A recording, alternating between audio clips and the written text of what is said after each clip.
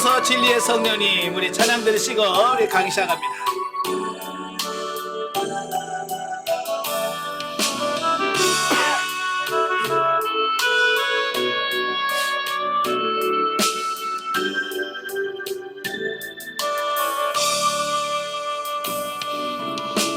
오소서 진리의 성령님,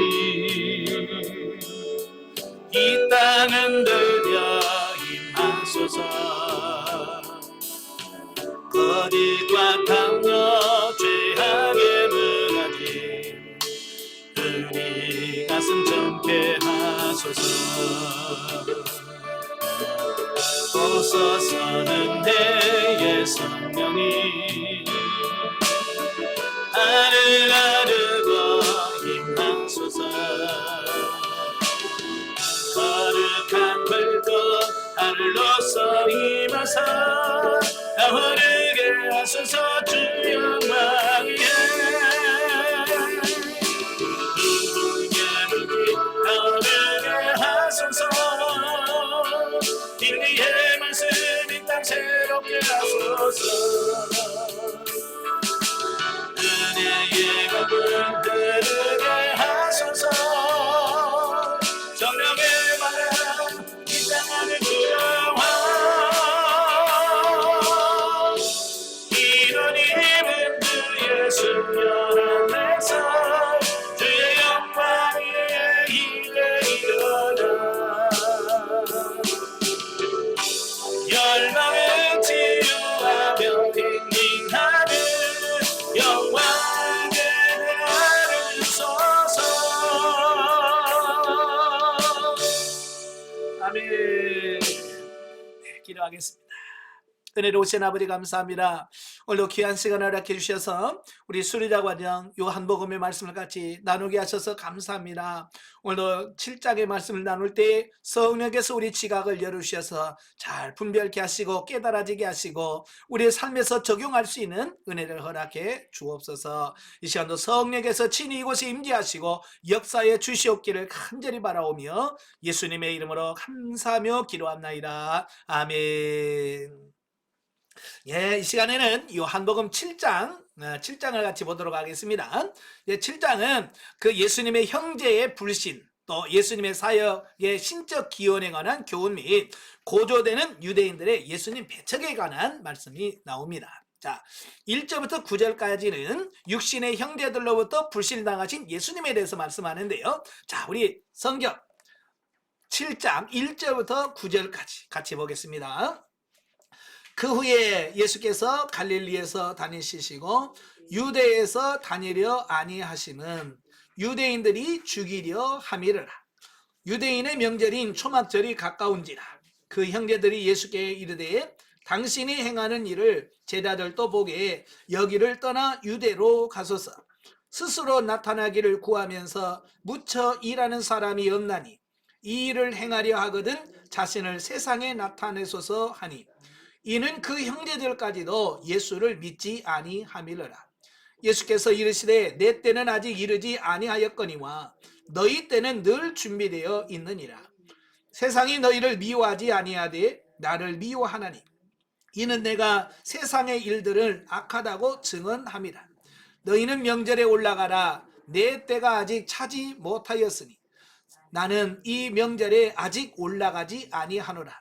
이 말씀을 하시고 갈릴리에 머물러 계시니라. 아멘. 자, 오늘 본문에 보면 그 예수님의 육신의 형제들로부터 불신당하신 예수님의 모습이 나오거든요. 자, 사실은 그 6장 오병의 기적 이후에 예수님께서 자기를 찾아오는 그 많은 사람들에게 내가 생명의 떡이다 이렇게 말씀하시고 썩을 양식을 위해서 일하지 말고 영생하도록 있는 양식을 위하여 일하라. 그러니까 사람들이 어떻게 됐어요? 다 떠났지요. 예. 그러니까 이 오병이의 기적을 일으킬 때까지만 해도 어쩌면 예수님의 인기가 최고의 절정에 이르렀다라고 보면 되겠어요. 그러나 오병이의 기적이 일어나고 나서 사람들이 다 떠나버린, 다 떠남으로 인해서 이제 예수님께서는 이제 사람들로부터 배신당하고 배척당할 것에 대한 어떤 그런 모습을 연상하게 됩니다. 그래서 그 중에서 제일 먼저 나온 게 뭐냐면 바로 그의 고향으로 돌아갔는데 그의 형제들에 의하여 예수님이 배척을 당하셨다라는 겁니다. 예, 천주교에서는 예수님은 마리아가 예수님의 어머니 마리아가 예수 낳고 나서 수절하고 계속해서 살았다 이렇게 이야기하는데 그렇지 않아요.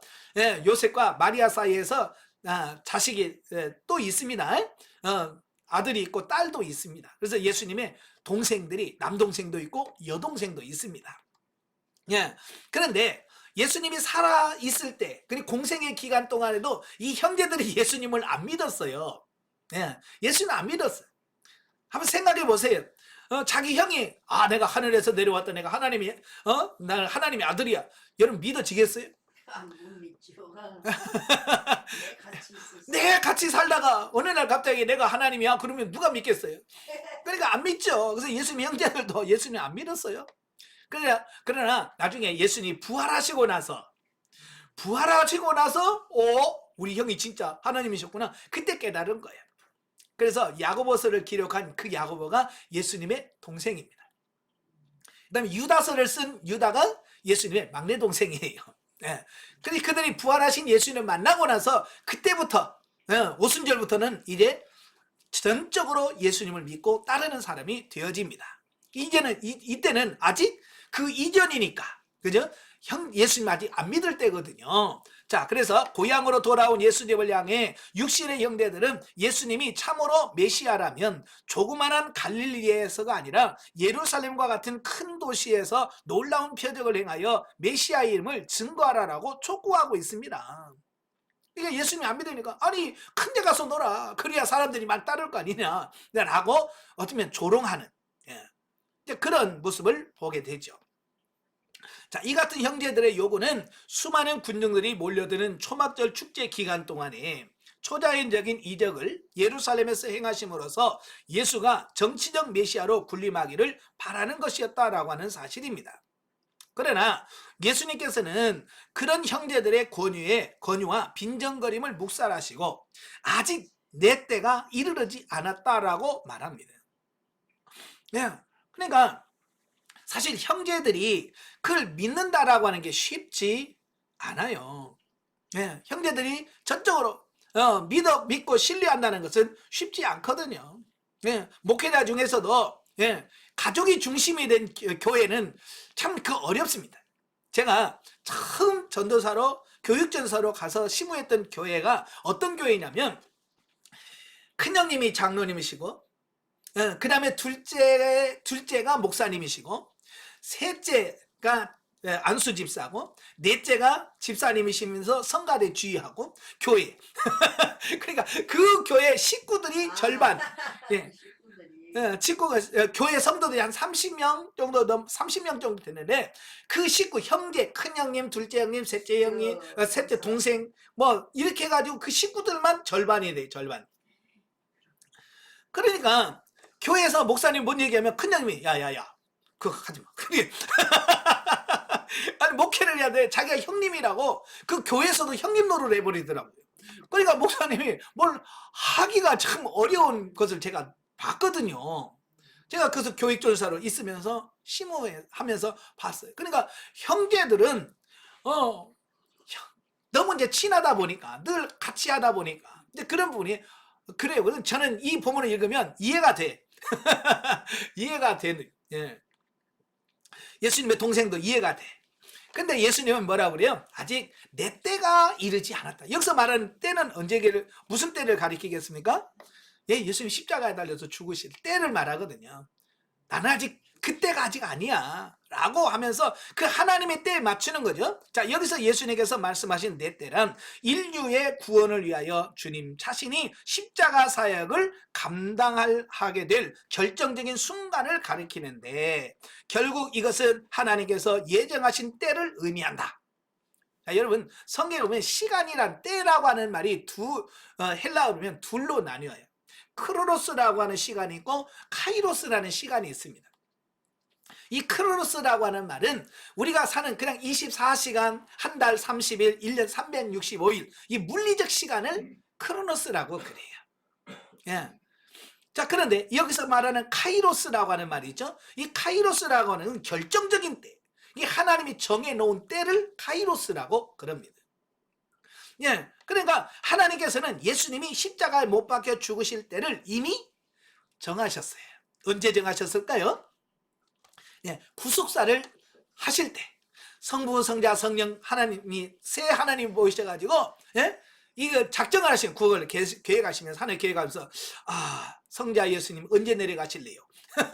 몇 년, 몇 월, 며칠, 몇 시 딱 정해놓으셨단 말이에요. 그 하나님이 딱 정해놓은 그때 그 시간을 카이로스라고 말합니다.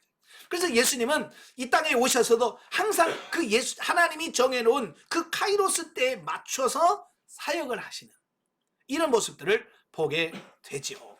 네. 자, 우리도 마찬가지예요. 우리도 그 하나님이 정해놓은 때에 맞춰야 되는데 그때를 정확하게 알아요, 몰라요? 아, 우리는 몰라요. 그러니까 우리는 대충 사는 거죠. 예, 그래서 우리가 늘 기도하면서 그 때를 아는 것이 지혜다. 자, 우리는 본문을 통해서 성도들 역시 무슨 일이든 하나님의 뜻과 때를 지혜롭게 분별하여 지나치게 조급하거나 혹은 그 반대로 하나님의 때가 이르렀음에도 불구하고 머뭇거리거나 회피해서는 안 된다는 사실을 교훈받게 된다. 예. 그래서 우리 인간은 그 하나님의 때를 딱 맞춰서 거기에 맞춰서 산다라고 하는 게 쉽지는 않아요.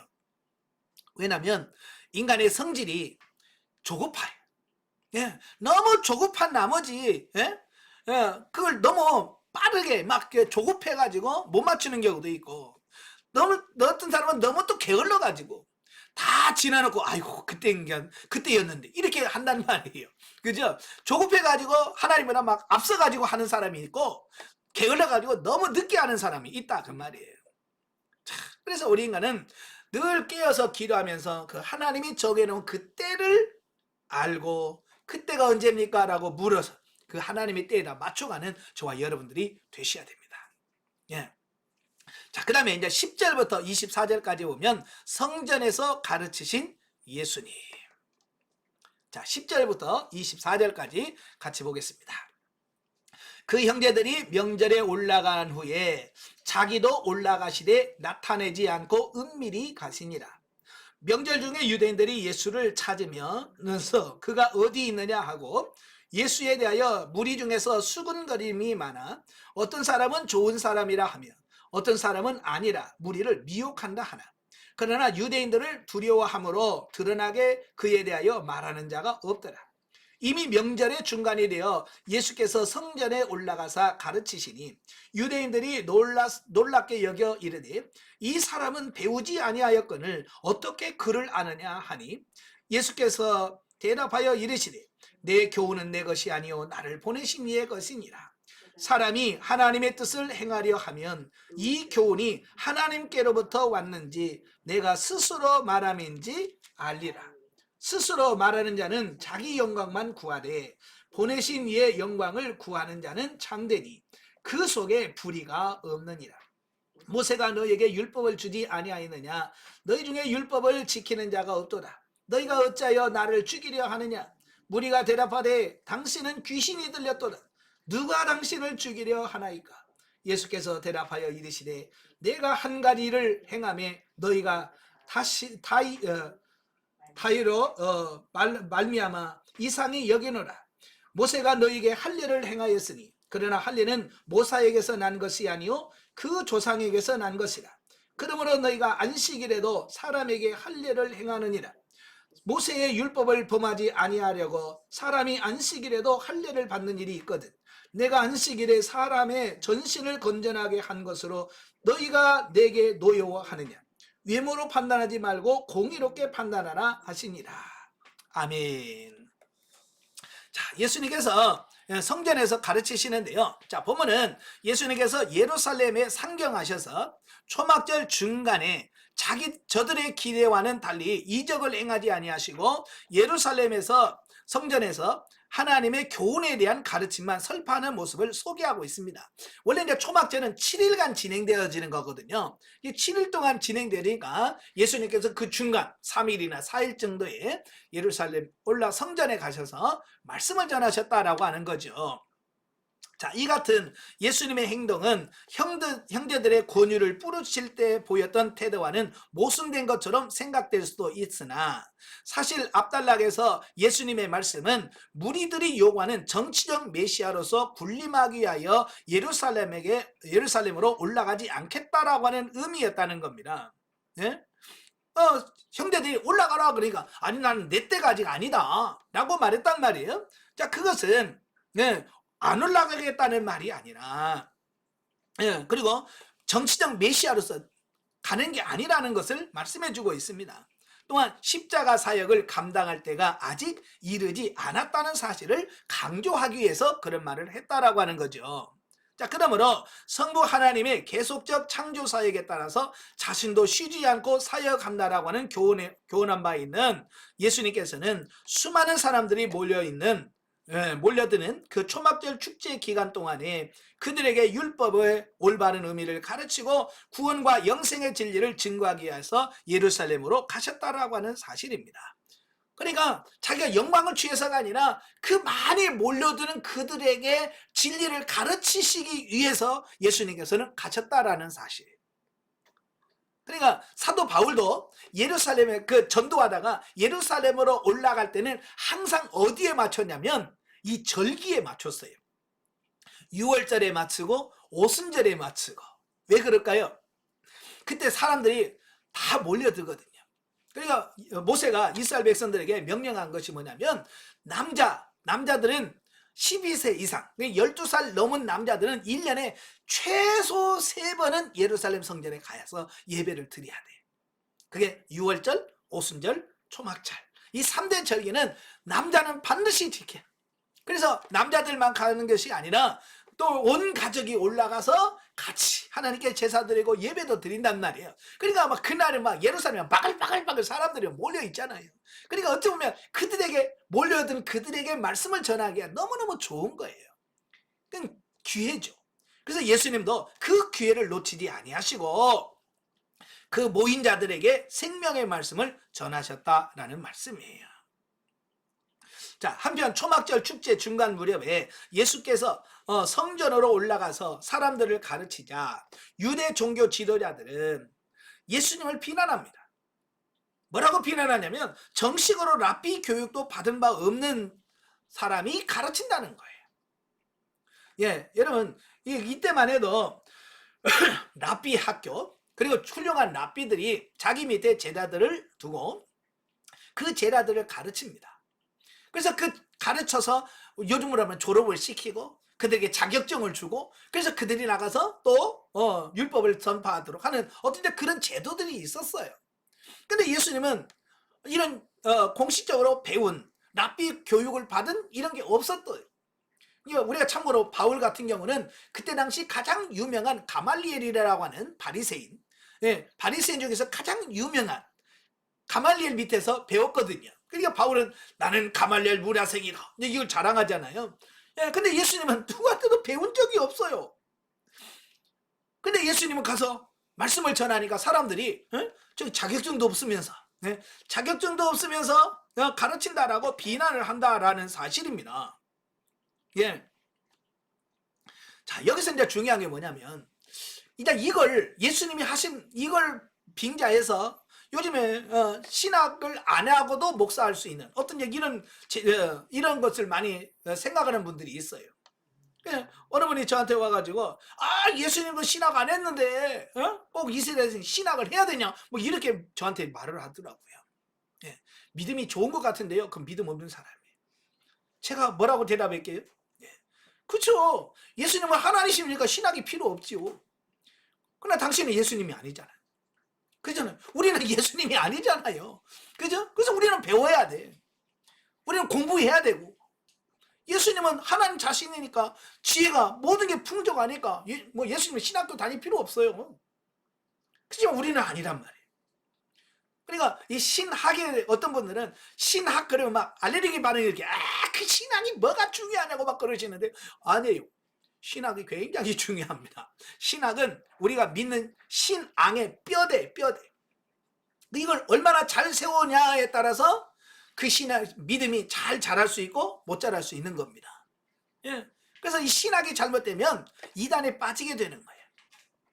예. 그래서 신학을 할 때는 바른 신학, 예. 정통 신학, 예. 이런 신학들을 해야 돼. 그렇지 않으면 사람들의 영혼을 살리기보다는 사람을 죽이는 그런 사람이 될 수 있다라고 하는 사실이에요.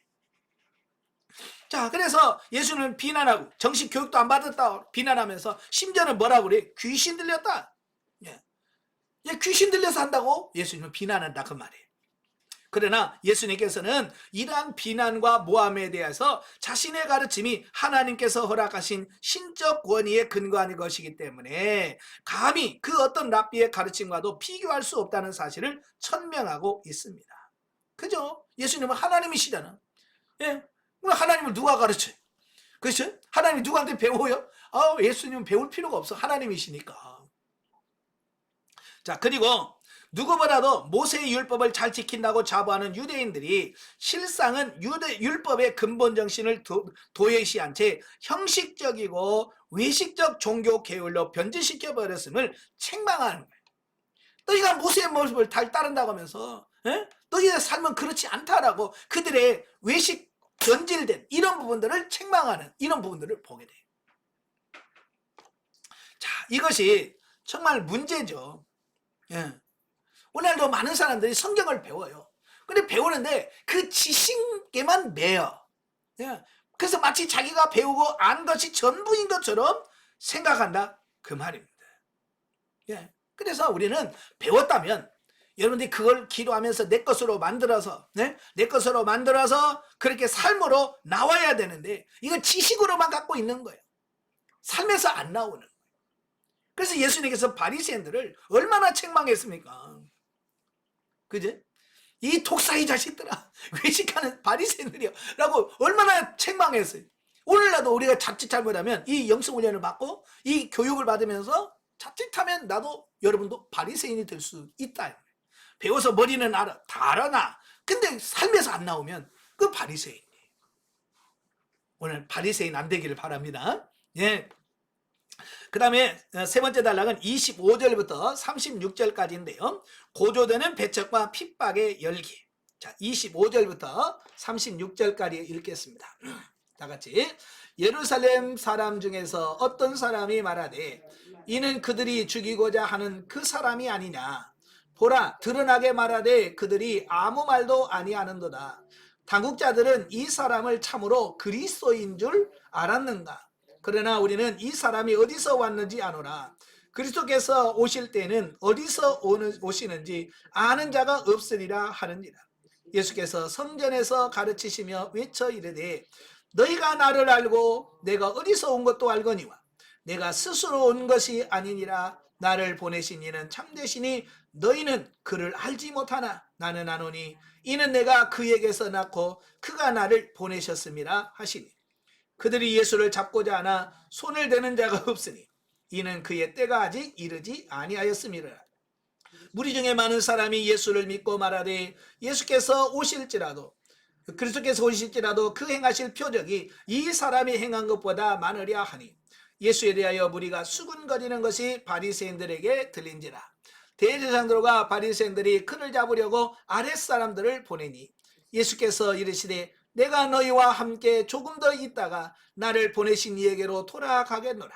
너희가 나를 찾아도 찾지 못할 터이요 나 있는 곳에 오지도 못하리라 하시니.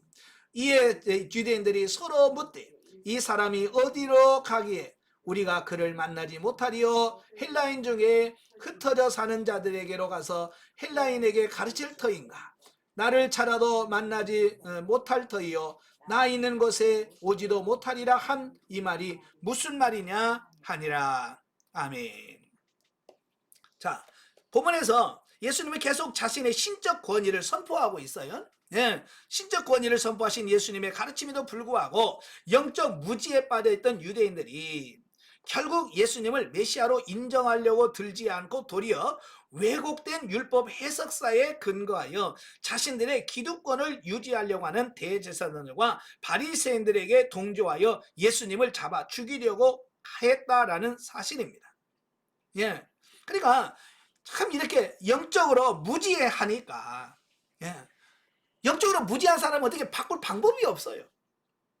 참 이게 문제예요. 여러분도 마찬가지로 영적으로 무지하면 방법이 없어요. 우리 깨달게 할 수 있는 방법이 없어. 자, 그래서 저와 여러분들이 깨달으셔야 돼. 아시겠죠? 그래서 여러분, 하나님 영적으로 무지한 나를 주님께서 돌이켜서 정말 영적인 눈이 열려지고 영적인 귀가 열리고 심령 열려서 깨달아질 수 있게 해달라고 여러분들 기도하셔야 됩니다. 자, 그러한 그들의 시도는 성공하지 못했다.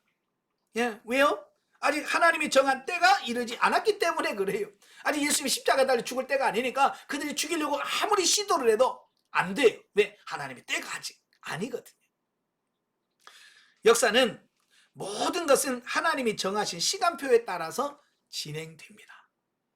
그러니까 우리가 막 발버둥 치고 막 애쓴다고 되는 게 아니고 하나님이 정해놓은 시간표에 의해서 역사는 쑥 이렇게 흘러가는 거예요. 그러니까 우리는 그 하나님의 시간표를 잘 알고 그 시간표에 맞추면 돼. 아까도 말한 것처럼 너무 조급한 사람이고 너무 게으른 게 문제예요. 조급해서 막 하나님보다 앞서 뛰니까 문제고, 어떤 사람은 하나님의 때가 되는 데를 아직 멀었어. 그리고 움직이지 않은 게 이게 문제라 그 말이에요. 영적으로 깨어있는 저와 여러분이 되시길 바랍니다. 그러나 이러한 위기 상황 가운데서도 예수님은 담대히 하나님의 아들로서 자기의 죽으심을 예언하고 있습니다. 그러나 여전히 유대인들은요, 예수님을 이해하지 못하고 예수님이 유대 종교자들의 눈길을 피해서 디아스포라로 피난 가는 줄로 착각을 합니다. 예수님은 그죠? 내가 너희는 나를 보지 못하리라. 그러니까 사람이 디아스포라는 흩어진 유대인들이란 말이거든요.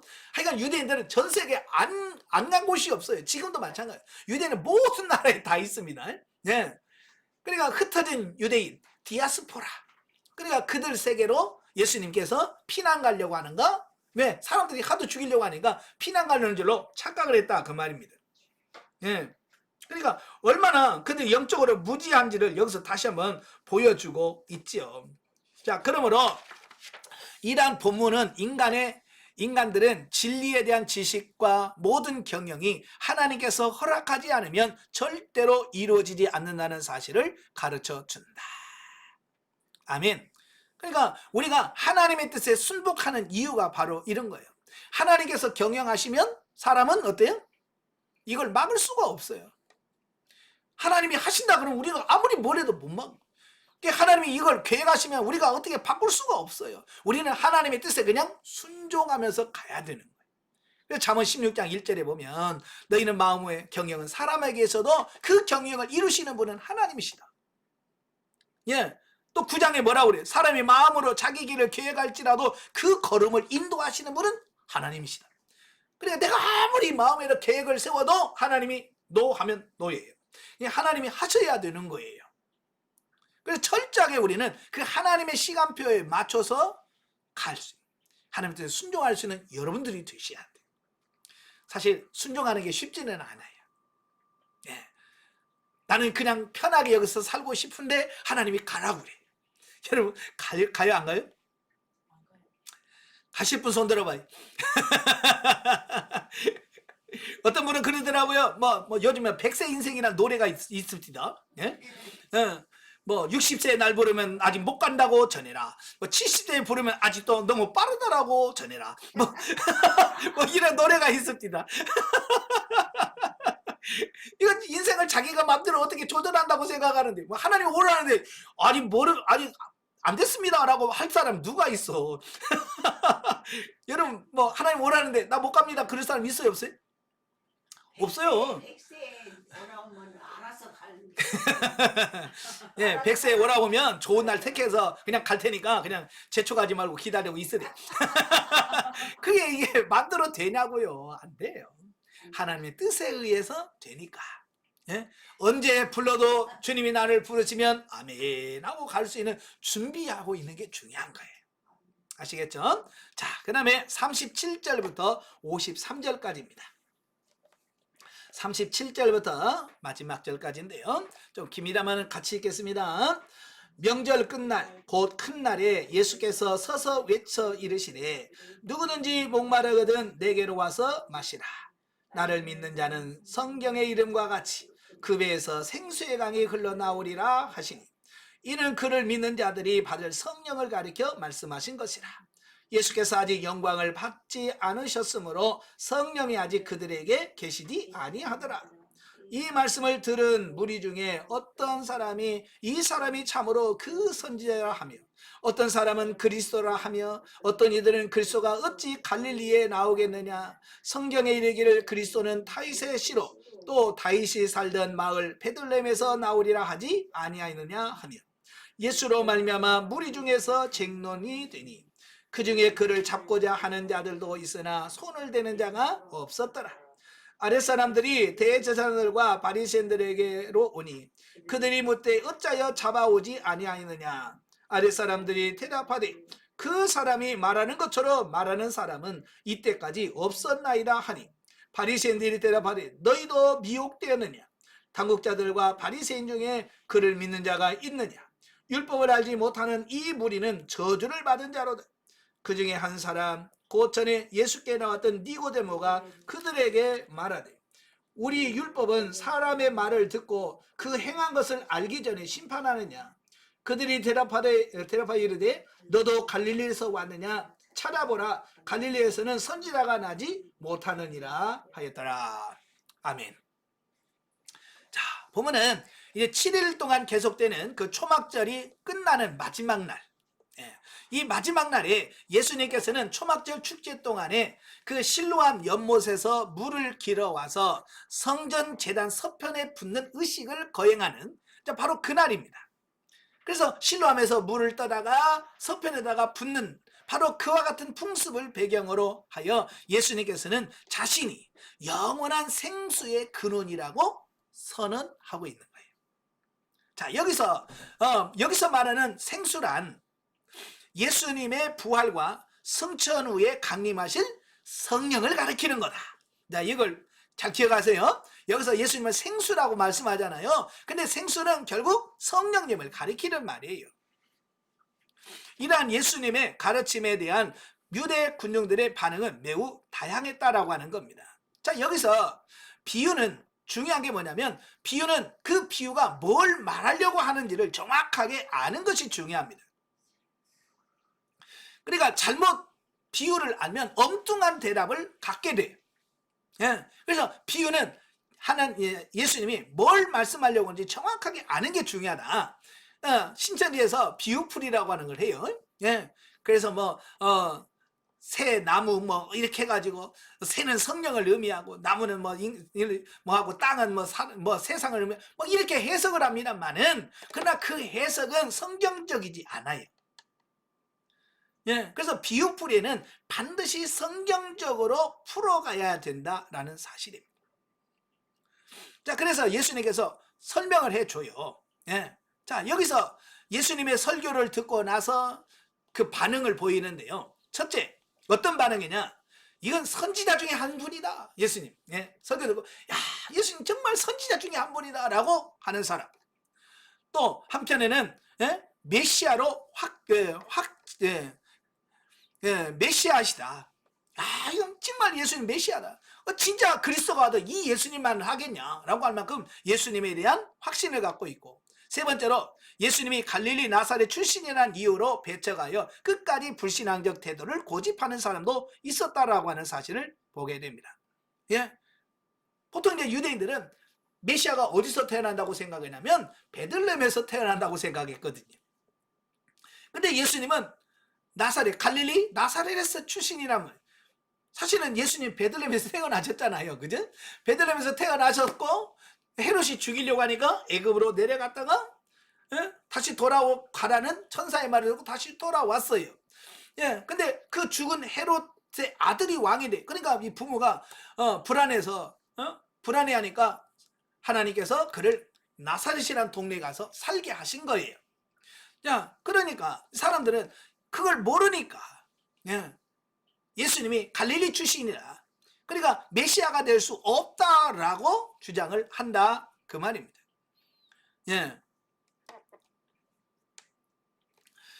자, 여기 이제 유대 군중들의 견해가 이처럼 분열되자 예수님께 대한 체표령을 내렸던 유대 종교 지도자들은 매우 곤란한 처지에 놓이게 됩니다. 그죠?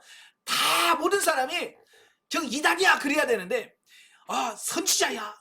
또 한편에는 이분은 메시아야. 그리고 이거는 아니야 라고 이게 의견들이 나누어지니까 이게 또 하나가 탁 되어야 이게 탁 처리하기 쉬운데 이게 나눠지니까 어떻게 할 수가 없는 거예요. 이건 뭐냐? 아직 하나님의 때가 안 돼서 그래요. 예. 그러나 나중에 예수님을 십자가에 못 박을 때는 어떻게 돼요? 이들이 다 하나가 됩니다. 그래서 예수님 빌라도가 야 어떻게 하면 좋겠냐? 그러니까 한결같이 뭐라 그래요? 십자가에 못 박아라 그러죠. 왜? 그때는 때가 된 거예요. 지금은 때가 안 되니까 세 표로 나뉘어가지고 메시아다 아니다 선지자다 이렇게 싸우는 거예요. 그러니까 이걸 진행할 수가 없는 거죠. 더군다나 밤중에 예수님을 찾아와서 어떻게 해야 영생을 얻을 수 있을까라는 질문을 했던 니고데모. 그가 사내들인 공회원인데요. 그가 자신의 지위를 해서 예수님을 변호합니다. 어떻게 율법에는 그 사람도 알아보지도 않고 어떻게 정죄하냐. 그래서 그 예수님을 그때 잡으려고 하는 부분들을 놓치는 어떤 보류하게 만드는 어떤 그런 결정적인 어떤 이런 삶을 보게 되죠. 그러니까 하나님께서는 아직 때가 안 되니까 안 됐으니까 이 니고데모를 통해서 그 시간을 연장시켜주는 어떤 이런 부분을 보게 되죠. 자, 이러한 본문을 통해서 성령 충만은 특별한 성도에게만 허락되는 은사가 아니라 모든 성도들에게 주어지는 축복이라는 것과 예수께서 자신을 믿는 자마다 그 배에서 생수의 강이 흘러날 것이라는 약속을 해주셨다라는 사실을 말씀해주고 있습니다. 자, 이는 곧 예수님을 믿는 자마다 영생을 얻을 뿐만 아니라 성령이 그 심령 가운데 역사하심으로 성령 충만한 삶을 살게 되는 것을 의미합니다. 자, 그러므로 이 같은 사실만 보더라도 예수님께서는 영적 갈증에 어쩔 줄 몰라 하는 인류를 영원히 목마르지 않게 하시고자 하나님으로부터 보냄을 받은 생명의 주라는 사실을 알 수 있다. 자, 그래서 예수님께서 그 배에서 생수의 강이 흘러나리라 그랬죠. 그 배, 이 배는 우리에게서 가장 깊은 곳을 의미할 때 유대인들은 히브리 사람들은 배라고 묘사를 합니다. 근데 여기서 말하는 배는 어디를 가리킬까요? 진짜 이 먹는 배를 가리킬까요? 우리의 가장 깊은 곳은 결국 영을 말합니다. 영. 그래서 그 배에서 생수의 강이 흘러나리라는 말은 우리 사람 속에 가장 깊이 있는 영에서부터 성령 충만이 성령에 흘러나오게 될 것을 말씀해주고 있습니다. 여기서 생수, 여기서 말하는 생수는 뭐라고 그랬어요? 아까 성령이라고 그랬죠. 그죠? 성령이 흘러나오게 될 것을 말씀해주고 있습니다. 자, 영적 이해를 보죠. 37, 38절에서 예수 그리스도는 생명의 근원이 되시며 성도의 삶이 영적으로 풍성하게 성령으로 변화될 것을 말씀하고 있습니다. 그 영적 메마름이 있는 자는 성령의 능력으로 말미암아 영적 기근으로부터 해갈되며 삶 전체가 날마다 새롭게 되어 그를 통하여서 다른 사람에게도 그 영향력이 전달된다라고 하는 것을 보게 됩니다. 그러니까 내가 성령 충만하면 나만 잘 사는 게 아니라 옆에 있는 사람들, 다른 사람들에게 그 영향력을 주어서 다른 사람도 살리게 된다라는 사실이에요. 아시겠죠? 그러니까 여러분이 먼저 성령 충만하셔야 돼. 근데 우리는 내가 성령 충만하지 않으면서 다른 사람만 이렇게 하니까 나도 죽고 그 사람도 같이 죽는 거예요. 그러니까 여러분이 먼저 기도하셔서 성령 충만하시길 바래요. 그래야 다른 사람도 살릴 수 있는 거예요. 자, 우리가 하나님을 사랑하고 그의 뜻을 따르는 것 외에 다른 모든 것을 버릴 수 있는 자가 되도록 성장할 때 옛사람의 욕망은 그 힘을 잃을 것이며 우리의 내면으로부터 성령의 역사가 넘치게 될 것을 말씀해주고 있습니다. 예. 그래서 우리가 많이 비우고 많이 처리하고 성령으로 충만해져야만 우리가 하나님의 일할 수 있다는 거 꼭 기억하시면 좋겠고요. 자, 오늘 마지막으로 성경 계시 발전사적 이해를 봅니다. 자, 오늘은 생수의 강 7장에서 그 배에서 생수의 강이 흘러나리라 그랬죠. 그래서 이 생수의 강이라고 하는 부분을 가지고 같이 이게 어떻게 변천되어져 가며 오늘의 생수의 강이 뭘 의미하는지를 정확하게 한번 파악하도록 한번 해보겠습니다. 자, 먼저 생수의 강. 이 생수의 강이라고 하는 말은 문자적으로 보면 살아있는 물의 강들이란 뜻이에요. 살아있는 물. 네. 살아있는 물. 그럼 반대는 죽어있는 물이겠죠? 네. 보통 보면 흐르는 물은 썩지 않아요. 그죠? 흐르는 물은 썩지 않은데 고여있는 웅덩이의 물은 시간이 지나면 썩어요. 그러니까 여기서 말하는 살아있는 강은 뭘 말하겠어요? 계속 하나님으로부터 흘러내려오는, 예, 바로 이런 살아있는 성령을 가리킨다라고 볼 수 있겠죠. 자, 그래서 말세에 성도들에게 임할 성령, 즉 성령 충만한 것을 의미할 때 생수의 강이 흐른다라고 비유적으로 표현하고 있습니다. 사실 이 물이라고 하는 것은 굉장히 사람들에게 중요하지요. 예. 그래서 하나님도 천지 창조할 때부터 보면 저는 에덴 동산을 보면서 왜 강을 하나님께서 똑같은 동산에서 강이 네 군데로 흘러가도록 만드셔요. 왜 강을 그렇게 중요시 여겼을까? 또 계시록에 보면 생수의 강이 있어요. 이 강이라고 하는 부분은 굉장히 중요한데, 왜냐하면 이 강이 우리에게 끼치는 영향이 크기 때문에 바로 성령의 역사가 그만큼 크다는 것을 말씀하려고 하는 의미가 있습니다. 자, 천지 창조할 때 창세기 2장을 보겠습니다. 창세기 2장 10절부터 14절 보면 하나님께서 천지 만물을 창조하시고 에덴 동산을 창설하십니다. 자, 10절부터 강이 에덴에서 흘러나와 동산을 적시고 거기에서부터 갈라져 네 근원이 되었으니 첫째 이름은 비손이라 금이 있는 하웰라 온 땅을 둘렀으며 그 땅은 금은 순금이요 그곳에서 베델리엄과 호마노도 있으며 둘째 강의 이름은 기온이라 구스 온 땅을 둘렀고 셋째 강의 이름은 히데겔이라 아수르 동쪽으로 올렸으며 넷째 강은 유브라데라. 자, 여기서 하나님께서 에덴 동산을 창설하셨어요. 근데 에덴 동산에서 물이 근원이 해가지고 네 강을 이루더라라는 겁니다. 예. 자, 하나님께서 에덴 동산 흐르는 네 강을 통해서 우리에게 뭘 말씀하시려고 하는가라고 하는 겁니다. 예. 그러니까 우리가 에덴 동산 그러면 살기 좋은 곳, 너무 행복한 곳, 그런 걸 상징하잖아요. 그죠? 예, 바로 그런 것을 상징할 때 왜 좋으냐? 예루살렘이, 예, 물이 많아. 네 강이 흘렀다는 거예요. 네 강이. 예, 자, 여기서 사람들은 물이 없이 살 수 없어요. 그죠? 물 없이는 못 살아요. 사막에는 못 살아. 사막에는 물이 있으면 삽니다. 그래서 인류 역사는 항상 강에서 시작해서 강으로 끝나요. 자, 우리나라도 보면 큰 도시들이 있잖아요. 대도시들. 대도시가 있는데 대도시에는 항상 뭐가 있냐면 강이 있어요. 서울에는 한강이 흘러요. 대구에는 낙동강이 흘러요. 부산까지 쫙 해서 낙동강이 흘러요. 이 대도시가 큰 강이 있으면 그 대도시는 꼭 거기에 흐르는 강이 있어요. 강이 있어야 그 강을 중심으로 해서 사람들이 살 수가 있고요. 그러니까 옛날부터 어떤 문명의 발상지라고 하잖아요. 어떤 문화의 문명의 발상지를 보면 항상 강을 끼고 있어요. 강. 그러니까 강이 우리 인류에게 미치는 영향은 굉장히 중요한 부분을 보게 됩니다. 예, 그래서 하나님도 이 강을 끼고 에덴 동산을 만드셨어요. 예, 그래서 강은 매우 중요하다.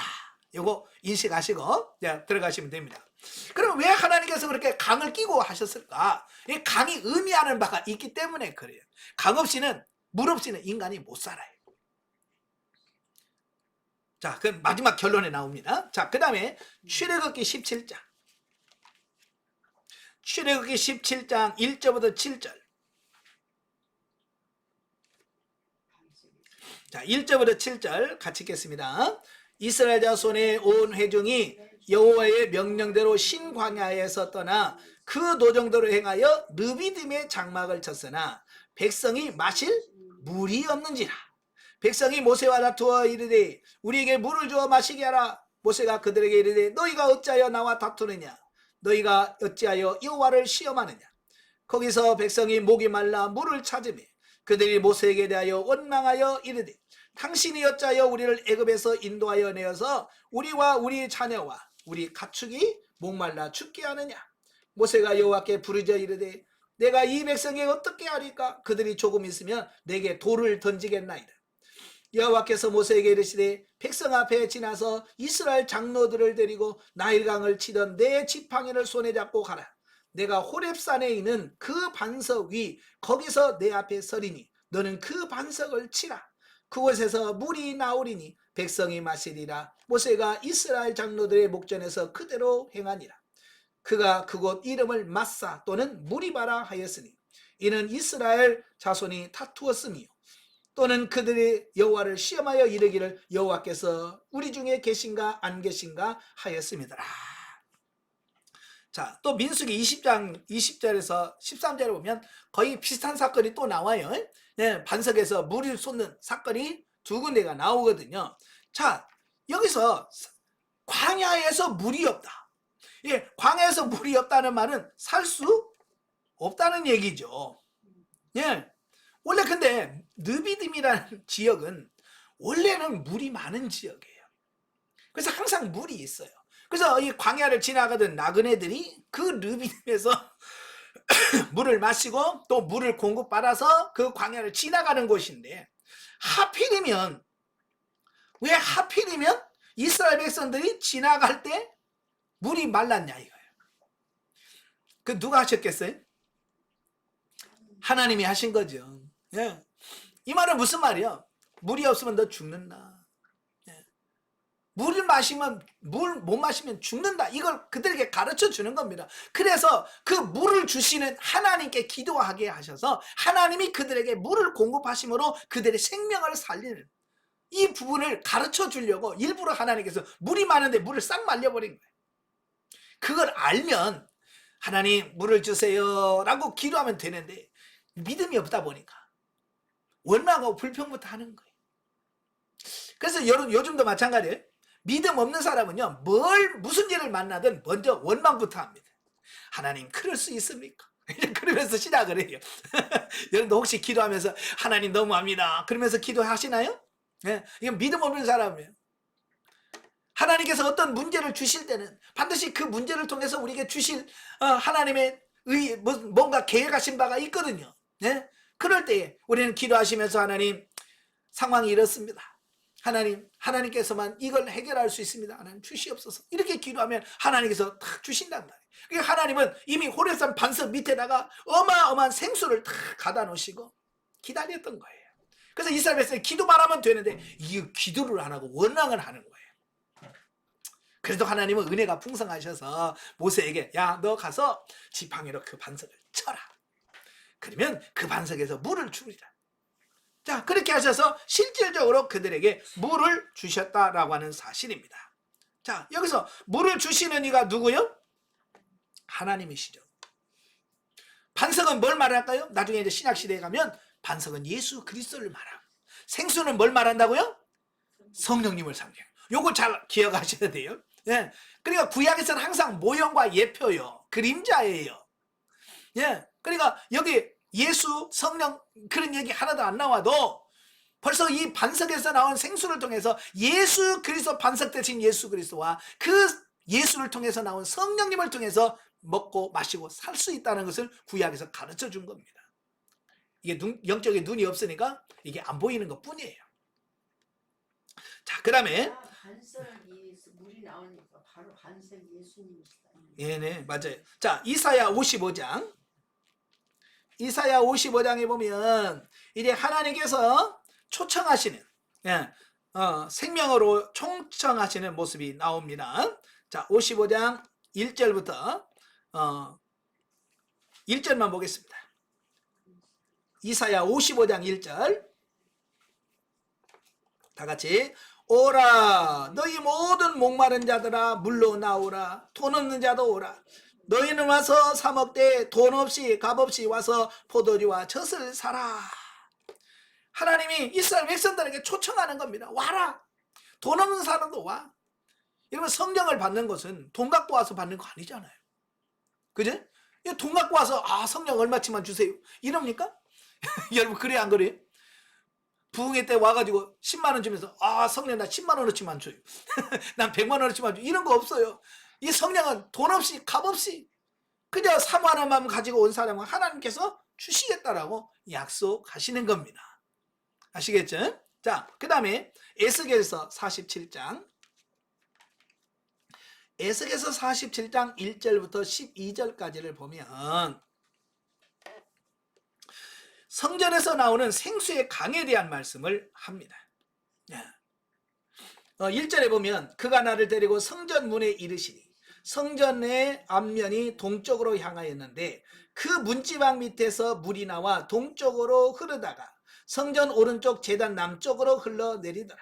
그가 나를 데리고 북문으로 나가서 바깥길로 꺾여 동쪽으로 향한 바깥문에 이르기로 본즉 물이 그 오른쪽에서 스며 나오더라.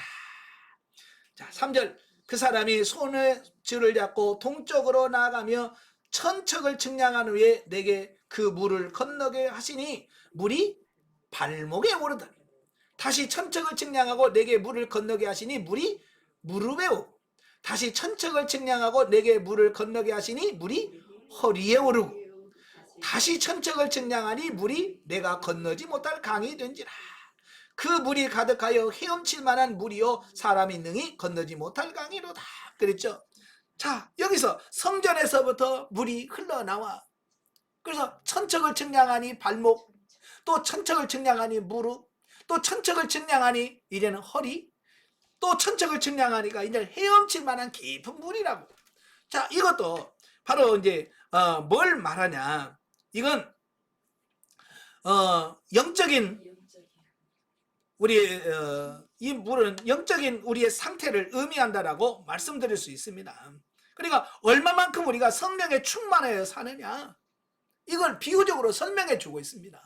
그러니까 발목까지 찬 성도, 무릎까지 찬 성도, 허리까지 찬 성도, 아예 성령에 푹 잠기는 성도가 되어지. 바로 이걸 비유적으로 설명해 주고 있습니다. 자, 여러분 성전에서 나온다고 했잖아요. 네네. 성전을 성전은 하나님이죠. 성전으로 성령은 하나님으로부터 공급되어지는 이 부분을 말합니다. 예. 성령은 하나님과 예수 그리스도를 통해서 우리에게 임하십니다. 아니 성전. 예. 성전에서 나오는 생수의 강. 여기서 말하는 성전은 우리 개개인을 말하는 게 아니에요. 여기서 말하는 성전은 하나님의 임재하는 장소, 하나님을 의미하는 말이에요. 자, 교회를 말하는 게 아니고. 네네. 그러니까 이걸 잘 보셔야 돼요. 아까 비유를 잘 이해하라고 그랬잖아요. 잘못 이해하면 그렇게 엉뚱하게 이야기할 수 있어요.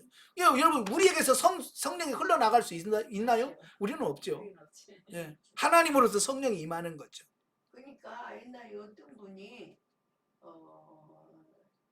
이 교단의 단에 그 목사님 그 우리 교회 단에서부터 이 축복이 흘러나올 수 있고 성전이 나온다. 그렇게 말을 하니까. 그렇게 옛날에 네. 많이 가르쳤죠. 네. 그건 그럴 수가 없어요. 하나님으로부터 모든 성령과 축복과 모든 게 하나님으로부터 우리에게 임합니다. 아시겠죠?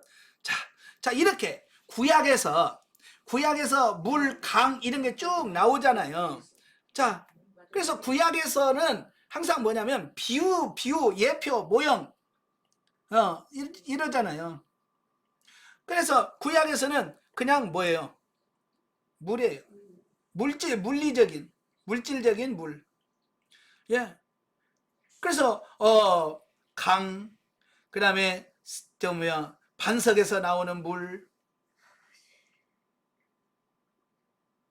예. 그다음에 성전에서 나오는 물. 자, 이걸 전부 뭐냐? 이게 비유예요. 모형과 예표요. 그림자예요. 근데 이건 다 뭘 상징한다고요? 신약시대에? 성령을 상징하는 거예요.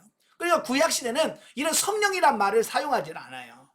이런 비유를 통해서 성령이 얼마나 임하시고 있는지, 우리가 꼭 필요한지를 비유로 우리에게 보여줄 뿐이에요. 무슨 말인지 아시죠? 예. 그러다가 예수님이 오셔서 이 성령님의 사역에 대한 부분을 말씀을 하시는 겁니다. 예. 그래서 그냥 물이 아니라 그 구약에서 말하는 물이 뭐다, 이것을 예수님께서 가르쳐 주시는 겁니다.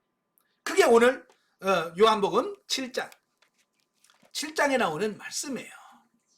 자, 7장 37절부터 39절. 요한복음 7장 37절부터 39절. 다 같이. 명절 끝날 곧 큰 날에 예수께서 서서 외쳐 이르시되 누구든지 목마르거든 내게로 와서 마시라. 나를 믿는 자는 성령의 이름과 같이 그 배에서 생수의 강이 흘러나오리라 하시니, 이는 그를 믿는 자들이 받을 성령을 가리켜 하신 말씀이라. 그러니까 예수님은 지금 물 얘기하는 것처럼 보이잖아요. 그죠? 예? 생수의 내게로 와서 마셔라. 목마르면 마셔라. 그러면 물 얘기하는 거? 라고 하지만 39절에 뭐라고 그랬어요? 이는 믿는 자들이 받을 성령을 가리켜서 하신 말이라. 그러니까 구약에서는 아까 뭐라고 했어요? 뭘 얘기했어요? 다 물 얘기했어요. 물. 그죠? 근데 신약시대는 뭐라고요? 성령을. 그렇죠. 성령을 의미한다. 구약은 물은 신약시대의 성령이다. 성령. 그래서 그냥 물을 물로 보면 안 돼. 물을 물로 보면 안 돼. 구약 성경에서는. 그 물은 주로 성령님을 상징하는 거예요. 그래서 광야에서도 물이 마르면 없잖아. 그럼 살 수가 없는 거예요. 그래서 하나님께서 반석에서 물을 내서 그들을 주잖아요. 바로 이건 뭡니까? 오늘 이 시대에 성령 없으면 너 못 살아. 하나님이 주시는 이 성령을 네가 받아야 돼. 그 얘기를 하고 있는 거예요. 근데 거기까지 이해 못 하잖아요. 그냥 반석에서 물을 주셨대. 그래서 살았대. 여기까지만 할. 이게 구약적 개념에서 머물러 버리는 거예요. 성령까지 아직 못 가. 아시겠죠? 자, 그 다음에 사도행전 2장 1절부터 4절까지 보겠습니다. 사도행전 2장 1절부터 4절 다 같이. 오순절날이 이미 이르매 그들이 다 같이 한 곳에 모였더니 호련히 하늘로부터 급하고 강한 바람 같은 소리가 있어 그들이 앉은 온 집에 가득하며 마치 불의 혀처럼 갈라지는 것들이 그들에게 보여 각 사람 위에 하나씩 임하여 있더니 그들이 다 성령의 충만함을 받고 성령이 말하게 하심을 따라 다른 언어들로 말하기를 시작하니라. 바로 구약에서 예언되신 그 반석에서 생수가 솟아나잖아요. 이걸 비유가 실제가 이루어진 사건이 뭐냐? 바로 오순절 사건이에요. 예, 오순절 사건을 통해서 그 구약에서 예언되었던 많은 그 비유적으로 말했던 그 부분들이 성취되어진 거죠. 예. 그래서 성령은 우리 안에 역사하실 때에 이중적 사역하신다 그랬어요. 이중적으로. 내적으로, 외적으로. 그래서 내적인 사역은 성령의 구원 사역이고 외적인 사역은 성령의 은사 사역이다. 예, 여러분 입문과정에서 이미 다 들으셨잖아요. 그래서 성령으로 내적으로 충만해야 되고 외적으로 충만해야만 우리가 강건해서 하나님의 일, 사명 감당할 수 있는 이런 부분이 생겨진다라고 말씀해주고 있습니다. 예. 그래서 구약의 예언이 신약에 그대로 뭐가 됐어요? 성취됩니다. 야, 성취됐어요. 언제 성취됐어요? 오순절날. 네. 오순절날이 바로 성취되어서 성령이 강림하신 겁니다. 자, 이게 이제 성령 시대, 교회 시대로 이전되어지죠. 바로 이제 이걸 설명해 준 사건이 어디냐? 고린도전서예요. 이걸 정확하게 알고 깨달은 사람이 누구냐면 바울이에요. 참 저는 바울 보면 참 영적으로 대단한 사람이야. 그 비밀을 정확하게 깨달아. 그리고 적용하는 거예요. 예, 신기하죠. 자, 10장 1절부터 4절까지 보겠습니다. 형제들아, 나는 너희가 알지 못하기를 원하지 아니하노니 우리 조상들이 다 구름 아래에 있고 바다 가운데로 지나며 모세에게 속하여 다 구름과 바다에서 세례를 받았고 다 같은 신령한 음료를 먹었으며 다 같은 신령한 음료를 마셨으니 이는 그들을 따르는 신령한 반석으로부터 마셨으며 그 반석은 곧 그리스도시라. 예, 여기서 설명했죠. 그 반석은 누구라고요? 예, 그리스도. 예, 그러면 신령한 음료는 뭘 말할까요? 생수인데 생수는 뭘 상징한다고요? 예, 성령을 가리킨다. 바로 이걸 구약에서의 반석의 사건, 이걸 다 여기서 사도 바울이 그 짧은 구절 하나에 다 해석을 다 해놔버렸어요. 아시겠죠? 예, 예수님, 반석이신 예수님, 예, 반석이신 예수님, 생수가 되신 성령님, 예, 바로 성령 시대에 바로 이렇게 역사하시는 겁니다. 자, 그래서 저와 여러분들은 이 성령 충만을 하셔야 되고요. 자, 이게 또 바울이 이해한 부분들 보면 또 실제가 되는 부분 보면 사도행전 19장 사도행전 19장 1절부터 7절까지 보면 굉장히 중요한 말씀이니까요. 같이 한번 읽겠습니다. 사도행전 19장 1절부터 7절까지 다 같이. 아볼로가 고린도에 있을 때에 바울이 윗지방으로 다녀 에베소에 와서 어떤 제자들을 만나 이르되 너희가 믿을 때에 성령을 받았느냐 이르되 아니라 우리는 성령의 계심도 듣지 못하였느라. 바울이 이르되 그러면 너희가 무슨 세례를 받았느냐 대답하되 요한의 세례니라. 바울이 이르되 요한의 회개의 세례를 베풀며 백성에게 말하되 내 뒤에 오시는 이를 믿으라 하였으니 이는 곧 예수라 하거든. 그들이 듣고 주 예수의 이름으로 세례를 받으니 바울이 그들에게 안수함에 성령이 그들에게 임하심으로 방언도 하고 예언도 하니 모두 12사람쯤 되니라. 아멘. 자, 바울이 전도하다가 어디로 가게 되냐면 에베소에까지 갔어요. 에베소에 가니까 예수 믿는다고 사람이 12명 정도 모였어요. 근데 바울이 보니까 이상해. 예, 분명히 예수 믿는다고 모였는데 이상해. 예, 그래서 바울이 야, 너 믿을 때 성령 받았냐? 그러니까 뭐라고 그래? 우리는 듣지도 못했다. 성령이 있다는 소리도. 왜냐하면 그들은 아볼로를 통해서 신앙을 접한 사람들이에요. 근데 아볼로는 성령을 경험하지 못한 사람이에요. 이분은 알렉산드리아 출신인데 알렉산드리아는 유대인들이 많아. 거기는 공부를 열심히 많이 하는 사람들만 모인 곳이에요. 그리고 박사들만 모인 곳이에요.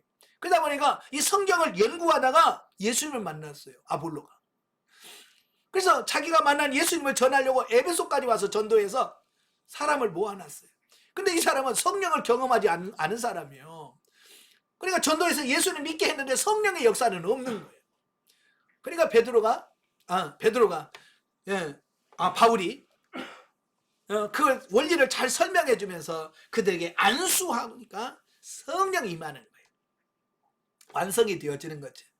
우리가 이론적인 믿음만 갖고는 안 되고 성령의 역사가 임하고 성령이 함께해야만 진짜 신앙생활이 되어지고 참 하나님의 백성이 될 수 있다는 것을 말씀해 주고 있는 겁니다. 그러니까 성령의 역사가 없으면 안 돼요. 오늘 이 시대도 마찬가지예요. 성령의 역사가 없으면 우리가 백날 신앙생활 못해요. 할 수가 없습니다. 그래서 성령 충만을 받도록 위해서 기도하셔야 돼요. 아시겠죠? 자, 지금 뭐 해야 된다고요? 우리는 성령 충만. 예, 성령 충만해야 돼. 아시겠죠? 받았는지 안 받았는지 어떻게 알아야 돼? 성령 충만 부분은 이제 그 성령 충만한 부분은 뭘로 나타나냐면 첫째 은사로 나타나요. 그러니까 고린도서 12장에 너희가 성령의 나타남은 그 성령의 나타남이 뭐냐? 은사라. 은사가 나타난다는 말은 내 안에 성령이 있다. 성령 안에 있다라고 하는 부분을 말씀해 주고 있는 겁니다. 그래서 여기도 보면 바울이 그들에게 안수하니까 성령이 그들에게 임하니까 어떻게 돼요? 방언도 하고, 네? 방언도 하고 예언도 하니 그랬잖아요. 바로 성령 충만하니까 은사가 나타나게 돼요. 그래서 여러분들도 성령 충만하면 여러분이 은사가 다양한 은사가 나타나게 되어지는 거예요. 방언을 하면 그럼 성령 받은 거예요? 그렇죠. 성령의 역사가 없으면 방언을 못 합니다. 자, 마지막으로 9번 계시록 22장 계시록 22장 1절부터 4절. 계시록 22장 1절부터 4절. 아버지. 자, 같이 읽겠습니다. 또 그가 수정같이 맑은 생명수의 강을 내게 보이니 하나님과 및 어린 양의 보좌로부터 나와서 길 가운데로 흐르더라. 강 좌우에 생명나무가 있어 12가지 열매를 맺되 달마다 그 열매를 맺고 그 나무 잎사귀들은 만국을 치료하기에 있더라. 자, 여기까지만. 자, 보시면 1절에 뭐라고 되어 있어요? 수정같이 맑은 생명수에 뭐가 흘러? 강이 흘러더라. 천국 새하늘과 새 땅에 뭐가 흘러요? 예, 생수의 강, 예, 생명수의 강이 이 새하늘과 새 땅에 오니까 생명수의 강이 흘러요. 그러니까 천국은 뭐냐? 성령, 진짜 성령으로 사는 삶. 그러니까 모든 역사는 구약도 성령이에요. 단지 성령이라고 말씀하지 않으시고 물로 표현하는 겁니다. 네. 구약 성경에는 성령이라는 말보다 물로 표현을 하는 거, 비유로 하는 거, 비유. 그러니까 아까 비유를 제가 잘 알아야 된다는 말이 바로 그거예요. 그런데 그 신약 시대에 보면 예수님께서 이걸 물은 성령이다. 정확하게 말씀을 해주셨죠.